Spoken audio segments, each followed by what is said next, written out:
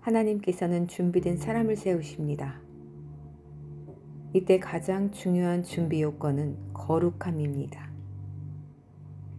이 거룩함으로 들어가기 위해 요셉도 모세도 다윗도 수많은 성경 속 인물들이 고통과 환난을 거쳐야만 했습니다. 이 시간은 그 누구도 도와줄 수 없고 그 누구도 출구나 비상구를 제안해 줄 수 없는 시간입니다. 거듭나서 죄를 청산한 뒤에 천국 같은 달콤한 삶이 이제 곧 시작될 것이라고 착각할 수도 있지만 그 다음 경로는 본격적인 좁고 보이지 않는 길로서의 진입이 기다리고 있습니다. 하지만 하나님의 사람은 그 길을 피하지 않고 더욱더 깊이 그 길의 경로로 진입하게 됩니다. 세마포를 입은 순간부터 이것은 절대로 자신 스스로 벗어서는 안 될 것이라는 것을 지각하게 됩니다. 거룩함. 그것은 거룩한 말을 말하는 것을 의미하지 않습니다. 더러운 생각과 탐심과 교만과 거짓을 말하지 않는 것을 말합니다. 거룩함. 그것은 선한 일을 하는 것을 말하는 것이 아닙니다.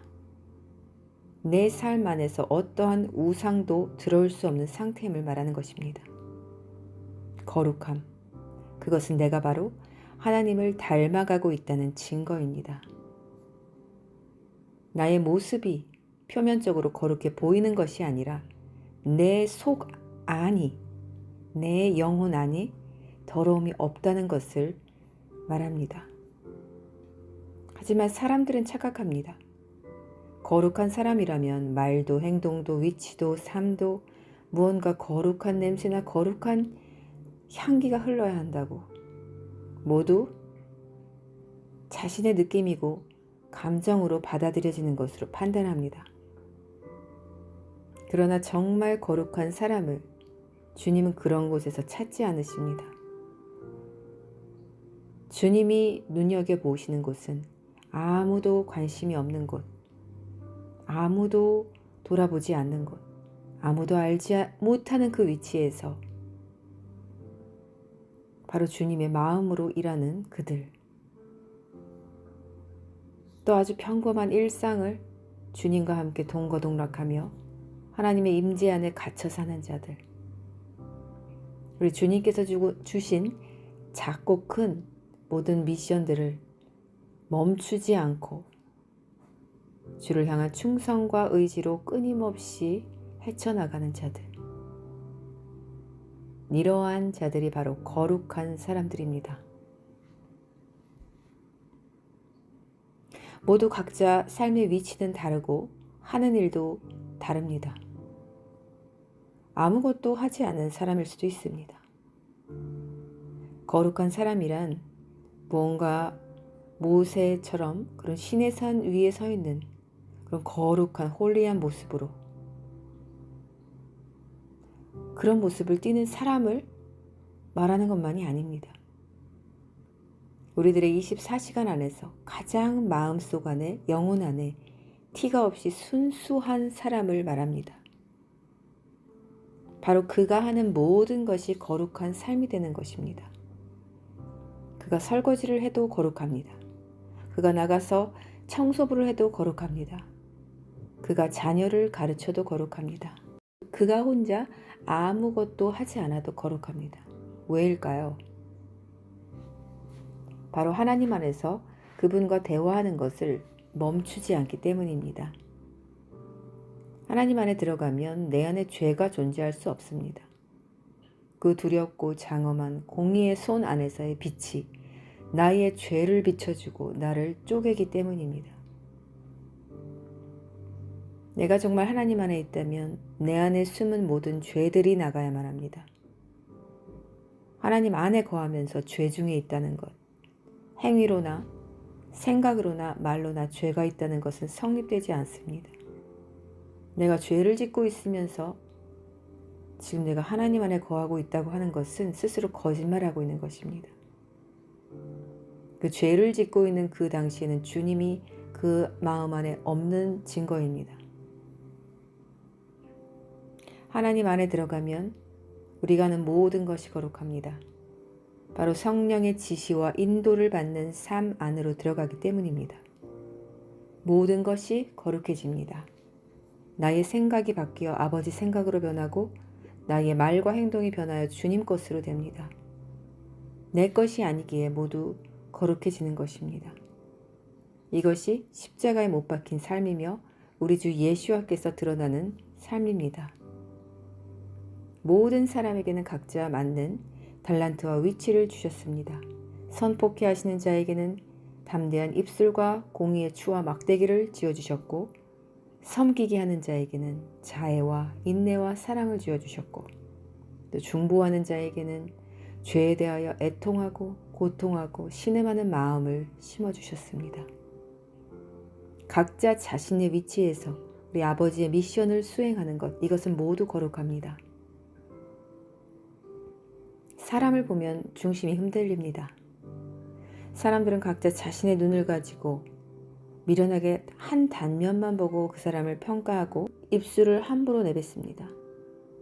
자신이 무슨 말을 하는지도 모른 채 그것이 성령을 거스르고 방해하는 말인지도 모른 채 그렇게 겁도 없이 입술을 열어 자신의 세마포를 더럽힙니다.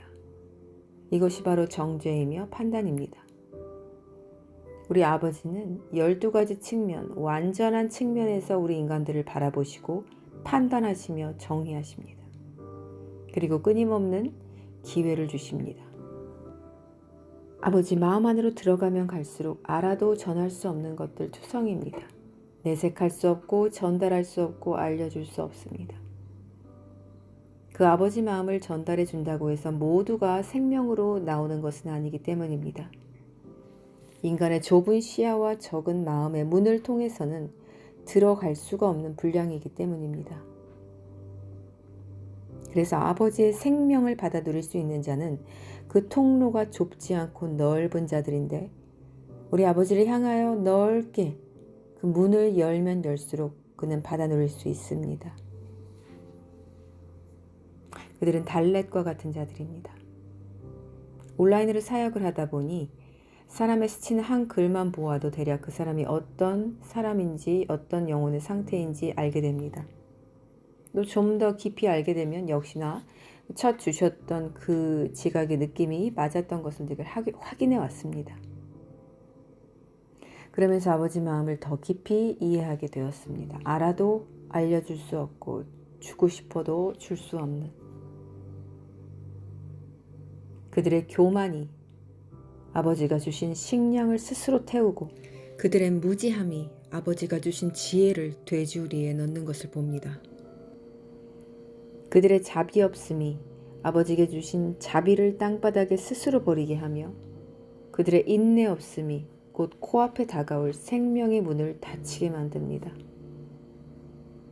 즉 생명이 없는 자, 아버지의 아들이 없는 자에게는 무엇을 주어도 그것이 축복에서 저주로 바뀝니다. 진주 같은 자들은 그렇지 않습니다. 이들은 깎인 자들입니다. 모가 나지 않았습니다. 진주는 영롱한 색채가 납니다. 이들은 고난으로 깎여져 말로 할 수 없는 신음소리가 안에 들어있지만 드러내지 않으며, 그들의 깊은 믿음과 굳은 의지만이 흘러나옵니다. 이 고난과 환난은 죄로 인함이 아니요 하나님의 테스트, 그 불과 같은 연단의 시간으로 인함이요, 그로 인하여 아름다움을 빛내고 있다가 이 조개 속에서 숨겨져 있다가 우리 주님이 부르시는 날 첫 열매들로 추수될 것입니다. 이들은 숨겨져 있지만 주님께서 주님의 눈을 저에게도 넣어주심으로 제게도 이들이 보여지게 하셨습니다. 이들은 어디에 있어도 보입니다. 가라지들이 흉측하게 여기저기 보이듯이 이 진주들도 그 빛을 숨길 수 없기에 드러납니다. 그리고 그들에 대한 주님의 사랑은 무한합니다. 마치 가장 귀하고 반가운 사랑하는 이를 대함과도 같습니다. 그 마음이 저도 동일하게 느껴집니다. 그래서 이렇게 탄복합니다. 정말 주님이 너무 사랑하시는 자구나. 진주인 그들은 교만하지 않으며 마음이 순전하며 늘 주에 대한 소망과 기쁨으로 가득 차 있습니다. 그것이 그들을 살게 하고 움직이게 하는 모든 원동력입니다. 이들의 이름을 주님은 기억하십니다. 이들은 참으로 적은 수입니다. 하나님께서 인간들에게 거룩한 삶 안으로 아무리 초대해 주려 하여도 그들이 거부하고 달아나는 것을 봅니다.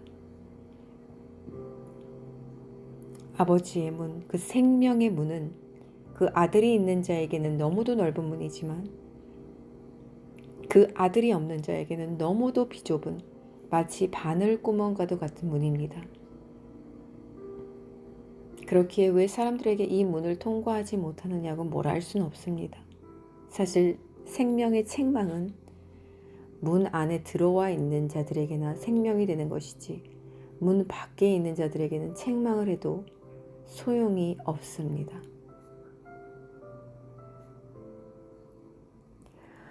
오스왈드 챔버스의 주님은 나의 최고봉에서 거룩을 이렇게 정의합니다. 자신이나 다른 사람을 향한 동정심을 핑계로 거룩하신 하나님과의 관계를 해치는 그 어떤 행위들도 허용하지 마십시오.